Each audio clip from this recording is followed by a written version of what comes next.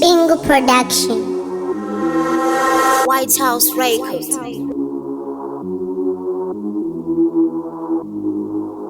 Hunhu hwangu nodhura udhabhura, zvito zvangu zvonetsa kuona. Heavy pattern, team hiring, but blue again.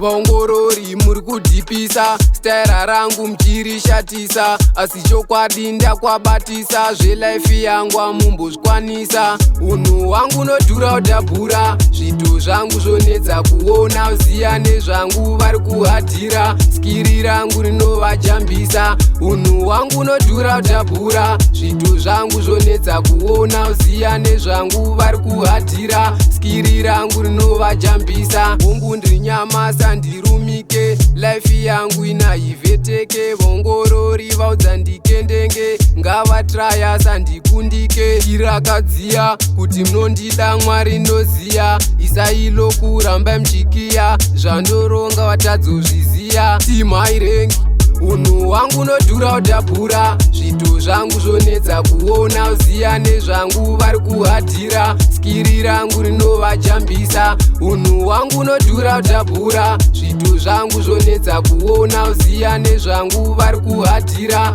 skiri rangu rinovajambisa. Chansingade upedzwa nchiona, nekuda kwavo ndogara nchichema. Jaja vanhu akaoma, skiri ravo ndiri kuriona. Dzungu rese nicharipedza, vari kumhanya nchavazorodzwa. Musasimbisa noti zviro zviedzwa, hazvibude zvimusanditesta. Hunhu hwangu nodhura udhabhura, zvito zvangu zvonetsa kuona. Uziya nezvangu vari kuhadhira, skiri rangu rinovajambisa. Hunhu hwangu nodhura udhabhura, zvito zvangu zvonetsa kuona. Uziya nezvangu vari kuhadhira, skiri rangu rinovajambisa. Hongu ndiri nyamasa ndirumike, life yangu inaiveteke. Vongorori vaudza ndikendenge, ngavatraya sandikundike. Irakadziya kuti munondida, Mwari ndoziya. Isailo kuramba mchikiya, zvandoronga watadzozviziya. Timhairengi